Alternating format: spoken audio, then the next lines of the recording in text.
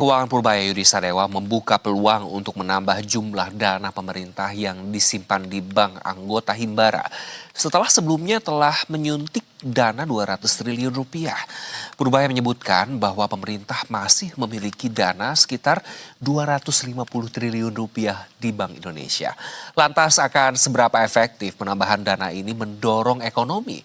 Untuk membahasnya lebih lanjut, kami sudah terhubung secara virtual dengan peneliti makroekonomi dan pasar keuangan LPEM FEB UI, Bapak Teguh Rifki. Selamat siang, Pak Rifki. Terima kasih sudah bergabung bersama kami. Apa kabar? Baik, baik juga Bapak. Pak Menkyu Purbaya kan menyebut ada peluang menambah ya Pak dana ke Himbara. Kalau kita lihat nih sebelumnya pemerintah kan juga sudah menyuntik 200 triliun rupiah dari dana SAL begitu. Bagaimana Anda melihat efektivitas kebijakan tersebut sejauh ini terhadap perekonomian kita? Oke, pertama kita perlu lihat dari sisi Pak Purbaya kan memang merasa bahwa isunya ini adalah di supply likuiditas. Tapi banyak juga indikator yang menunjukkan sebetulnya ini adalah isu dari likuiditas. Artinya likuiditasnya cukup, tapi memang demand untuk kreditnya nggak ada. Nah, kenapa demand kreditnya nggak ada atau tidak cukup? Ini memang karena sektorialnya belum mampu bergerak. Nah, efektivitasnya kita masih lihat nanti akan sejauh apa, tapi memang dari berbagai indikator menunjukkan bahwa ini lebih dari sisi demand-nya. Jadi memang isu utamanya ini adalah di real sektor yang belum bergerak, produktivitas masih lemah, dan juga daya beli memang yang juga masih lesu sampai saat ini. Baik, berarti memang tadi Anda menyinggung sektor real begitu. Apakah suntikan dana ini sebesar itu sudah terasa dampaknya di sektor real? Nampaknya belum terasa begitu dalam waktu dekat ini ya Pak. Misalnya ke kredit UMKM, investasi atau konsumsi masyarakat begitu? Atau justru Betul. masih mengendap di perbankan saja? Betul, memang kondisinya sekarang adalah bank itu kan quote unquote dipaksa ya untuk menyalurkan kredit yang lebih besar karena kemudian kalau nggak disalurkan ini akan menjadi negatif carry terhadap perbankan. Tapi ini memang menjadi isu juga karena dari sisi perbankan ini kan perlu menyalurkan kredit secara prudent. Artinya kalau memang tidak ada bisnis, tidak ada sektor yang kemudian bisa disalurkan kredit dan dipaksa disalurkan kreditnya, nanti ini akan menimbulkan potensi NPL yang membesar. Jadi memang kalau sejauh ini kita belum melihat ada dampak yang cukup signifikan terhadap sektor real. Di luar itu, kebijakan ini memang juga cukup masif dalam arti kan size-nya 200 triliun itu mencapai hampir 1% dari PDB Indonesia. Jadi penyaluran likuiditas sebesar ini kalau memang tidak ada demand-nya akan menimbulkan kredit-kredit yang kualitasnya ini suboptimal gitu. Nanti akan ada potensi risiko kenaikan NPL di perbankan dan berbagai isu lainnya. Dan yang menjadi isu juga di penempatan dana ini adalah ini deposit on call. Artinya sewaktu-waktu Kementerian Keuangan bisa saja menarik tambahan likuiditas ini apabila dibutuhkan untuk menjaga kebijakan fiskal. Nah, ini menjadi problematik di perbankan karena kemudian perbankan ini kan perlu menyalurkan kredit itu di jangka panjang gitu, 10 tahun, 20 tahun dan seterusnya. Sedangkan ini uangnya bisa ditarik kapan saja oleh pemerintah. Nah, ini juga menjadi tambahan risiko tersendiri terhadap sektor perbankan, di mana memang kalau dari sektor real kita belum melihat ada dampaknya, di sektor perbankan pun ini tekanan yang cukup masif, tidak hanya dari size tapi juga dari sisi duration dari likuiditas tersebut.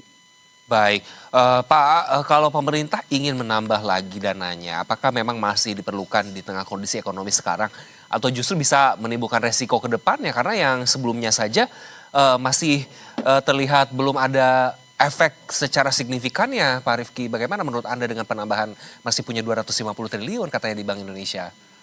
Ya, memang saya rasa yang lebih bijak itu adalah untuk kita menunggu ya, menunggu dalam arti kita lihat dulu nanti seperti apa dampaknya dari kebijakan saat ini. Kalau memang dampaknya positif, kalau memang meningkatkan kredit, menumbuhkan pertumbuhan ekonomi, baru kemudian ditambah.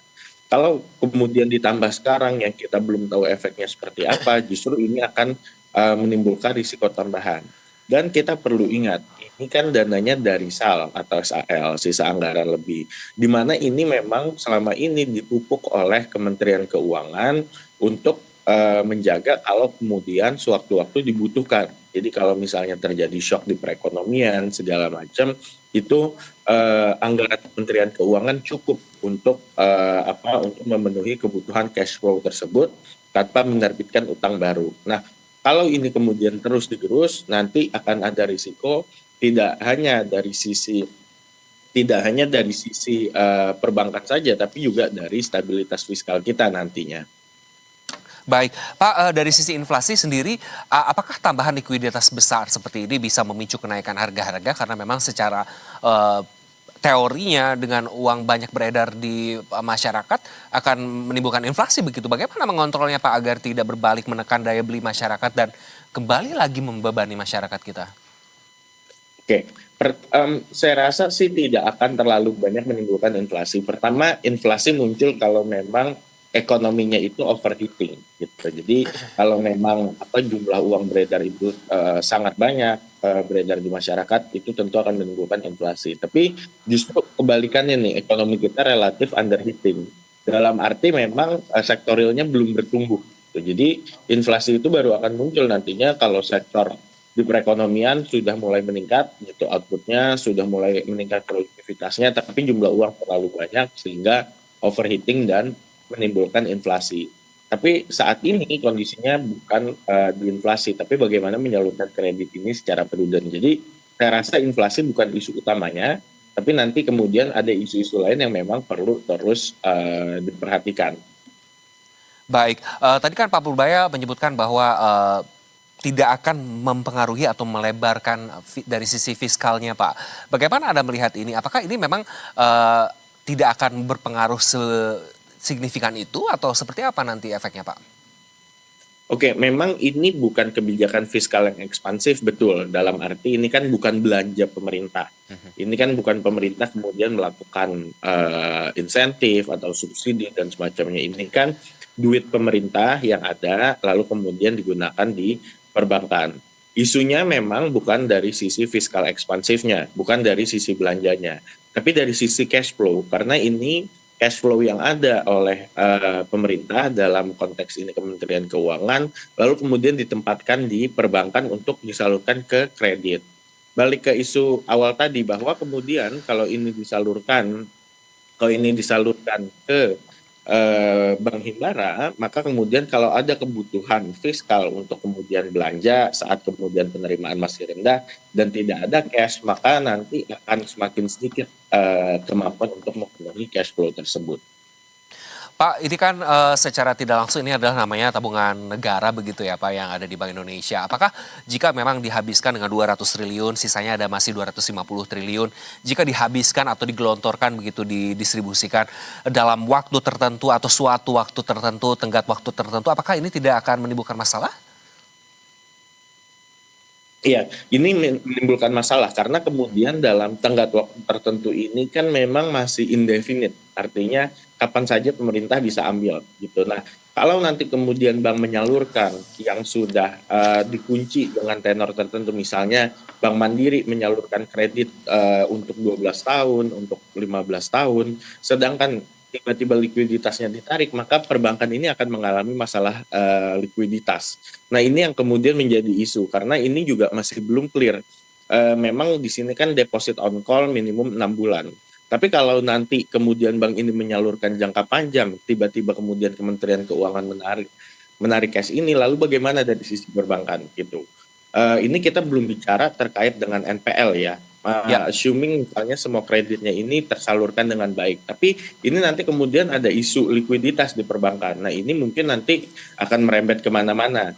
Ini bisa merembet kemudian nanti ke OJK yang perlu standby, LPS yang perlu standby, dan lain semacamnya. Jadi ini memang isunya ini adalah bahwa bank ini berada dalam kondisi yang cukup sulit untuk kemudian menyalurkan. Karena likuiditas ini tidak pasti berapa lama stay di bank tersebut. Baik, jika memang resikonya ke NPL begitu ya Pak, kredit macet, indeks ekonomi menurut Anda bagaimana seharusnya strategi penyaluran dana ini Pak agar lebih efektif begitu? Apakah lewat kredit produktif, proyek strategis, atau langsung ke UMKM saja, Pak Rifki Sarananda? Oke, ke UMKM ini tricky karena kemudian kalau di UMKM itu kan kalau dengan daya beli yang lemah, biasanya kan kredit risknya UMKM itu lebih tinggi daripada usaha-usaha besar. Jadi memang akan lebih prudent kalau disalurkan ke usaha besar. Selain itu, usaha besar juga biasanya menciptakan lapangan kerja yang lebih banyak. Dan biasanya guarantornya juga atau kredit scoringnya atau profilnya biasanya memang lebih baik di perusahaan besar gitu. Tapi disinilah bank dipaksa untuk bekerja keras agar kemudian bisa menemukan usaha-usaha besar yang bisa menyerap kredit tersebut. Baik Pak Rifki, begitu menarik tentu bagaimana lantas dari kaca ekonomi, begitu berikutnya indikator apa yang bisa dijadikan tolak ukur keberhasilan kebijakan suntikan dana ini. Kita akan bahas usai jeda Pak Rifki, usai jeda kita akan segera kembali. Pemirsa, Investor Market Today akan kembali, tetap bersama kami.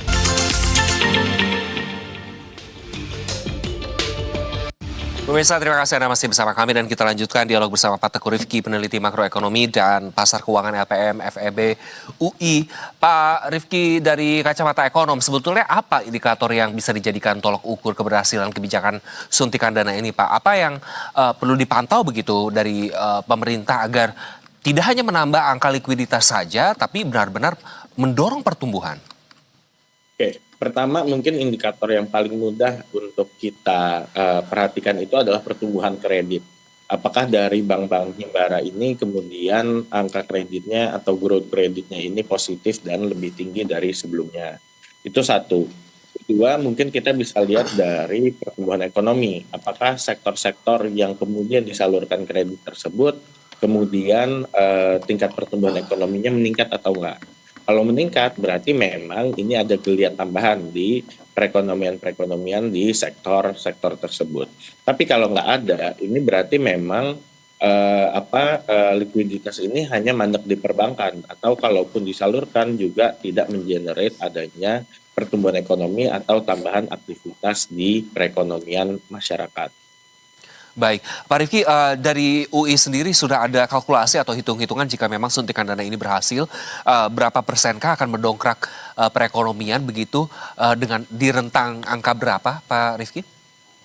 Ya, kita belum ada hitungannya ya untuk ini akan tumbuh di berapa persen. Tapi memang kalau kita lihat ini kan dari size-nya aja 200 triliun. Jadi kalau itu disalurkan dan memang berhasil, harusnya penyaluran 200T ini menjadi kredit 200T yang kemudian ada dampak multiplier harusnya bisa lebih tinggi dari itu.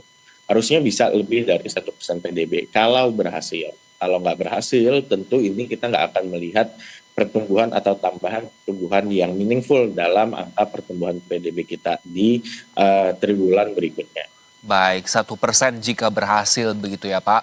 Pak, bagaimana Anda melihat koordinasi antara Kemenq, Bank Indonesia, dan Himbara sebetulnya dalam mengelola likuiditas besar seperti ini? Apakah sudah sinkron begitu dengan arah kebijakan moneter saat ini menurut Anda? Sebetulnya enggak, karena begini, ini kemudian mengaburkan batas antara fiskal dan moneter. Di mana kalau isu likuiditas ini kan sebetulnya isu di ranah moneter atau ranah Bank Indonesia. Tapi dengan fiskal ikut intervensi di ranah likuiditas ini kemudian mengaburkan batas prudensi fiskal kita. Artinya sejauh mana fiskal ini akan intervene. Kedua, ini ada himbauan dari Pak Purbaya ya bahwa kebijakan penempatan dana ini kemudian jangan disterilisasi oleh BI. Nah ini sebetulnya nggak bisa gitu kan. Artinya kan BI punya mandat tersendiri yang apabila butuh untuk melakukan sterilisasi likuiditas tentu akan dilakukan gitu. Tapi dengan himbauan tersebut maka ini semakin mengaburkan batas antara kebijakan moneter dan fiskal yang dimana harusnya perlu koordinasi, tapi memang tetap memiliki independensinya masing-masing. Jadi dalam konteks independensi antara fiskal dan moneter ini justru malah semakin kabur dengan adanya penempatan likuiditas tersebut. Tapi Pak, menurut Anda apakah langkah ini bisa dianggap sebagai bentuk stimulus baru dari pemerintah atau bukan Pak dengan suntikan dana yang luar biasa banyak ini? Kalau dalam konteks perekonomian bisa dikatakan stimulus, tapi kalau dari sisi fiskal ini bukan stimulus karena ini bukan termasuk dalam belanja. Kalau dalam perekonomian ini baru akan menjadi stimulus kalau kemudian ini tersalurkan menjadi kredit. Kalau ini nggak tersalurkan menjadi kredit, ini juga dampak stimulusnya tidak akan muncul. Baik, jadi memang ketika ada kredit atau belanja begitu baru dikategorikan sebagai stimulus begitu ya. Pak, Ya. apakah jika dibandingkan dengan negara lain, adakah contoh kebijakan serupa Pak yang berhasil mendorong ekonomi tanpa menimbulkan efek samping inflasi atau distorsi pasar? Sebetulnya kalau dari sisi kebijakan atau dari otoritas fiskal sejauh yang saya tahu nggak ada.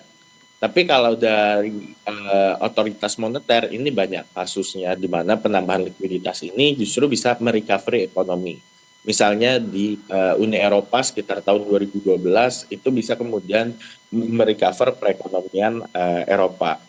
Atau banyak contoh misalnya di US zaman Great Depression dan seterusnya itu menunjukkan bahwa suntikan likuiditas yang dilakukan oleh otoritas moneter itu berhasil memulihkan ekonomi atau menjumpstart perekonomian. Tapi memang kita belum lihat ada contoh kasus di mana otoritas fiskal yang mengenjot likuiditas sehingga kemudian berdampak terhadap perekonomian.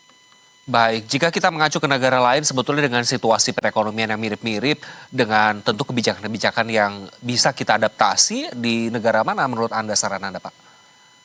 Sebetulnya banyak, misalnya contoh katakanlah di Vietnam atau di Thailand itu sebetulnya mereka nggak segitunya mengandalkan terhadap kebijakan fiskal dalam mendorong perekonomian. Yang mereka lakukan adalah mereka mendorong kebijakan struktural. Apa itu kebijakan struktural? Kebijakan-kebijakan yang mendorong iklim investasi menjadi lebih baik.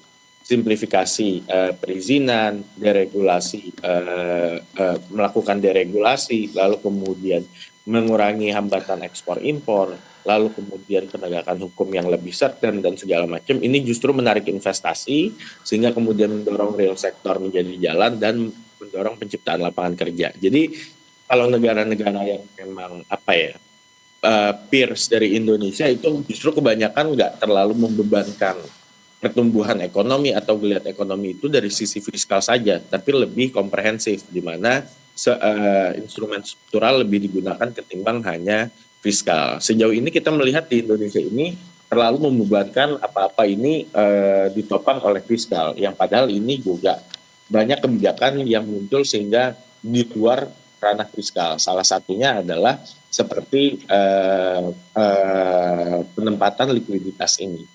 Baik, terakhir Pak Rifki, kalau tambahan dana ini benar-benar dikucurkan begitu, sektor mana saja yang menurut Anda paling potensial begitu menerima manfaat langsung dan memberi efek ganda begitu bagi perekonomian nasional, dan catatan Anda bagi gebrakan-gebrakannya Pak Purbaya apa? Pak Rifki, tidak ada salah, tidak ada benar, tentu pasti ada catatan dari para ekonom termasuk Anda. Ya, mungkin pertama kalau kita bicara terkait dengan sektor, mungkin sektornya tentu sektor industri ya. Sektor industri yang padat karya ini menciptakan lapangan kerja yang tinggi, dan kalau bisa ini didorong ke industri yang besar gitu, sehingga industri-industri yang sudah produktif, industri-industri yang memang bisa menciptakan lapangan kerja yang besar. Terkait dengan catatan untuk Pak Purbaya, memang ini kita melihat banyak kebijakan-kebijakan yang mungkin yang paling signifikan ini penempatan dana 200T ini ya. Ini memang masih banyak tanda tanya. Tapi yang paling mengkhawatirkan adalah tadi bahwa otoritas fiskal sudah mulai menyentuh moneter. Dan ini menciptakan presiden yang buruk karena nanti ke depannya akan sulit untuk koordinasi fiskal moneter dan menarik batas yang jelas antara moneter dan fiskal seperti apa. Ini kita sempat dengar juga ada wacana untuk melakukan penempatan dana di BPD, ini pun juga kemudian akan memperparah kondisi ini. Dan juga perlu menjadi catatan bahwa Bank BPD ini tidak memiliki kapasitas risk assessment sebagus dengan Bank Himbara. Nah ini potensi NPL-nya juga nanti akan semakin besar. Baik, Pak Rifki, terima kasih sudah bergabung bersama kami di Investor Market Today. Tentu kita berharap yang terbaik di mana penyaluran dana ini menjadi kredit tanpa NPL tentu itu akan sulit sekali diwujudkan, tapi kita terus berharap yang terbaik. Pak Rifki, terima kasih atas waktu Anda, salam sehat selalu untuk Anda. Terima kasih Mas Iqbal. Selamat Pemirsa siang. Investor Market Today akan kembali usai jeda, tetap bersama kami.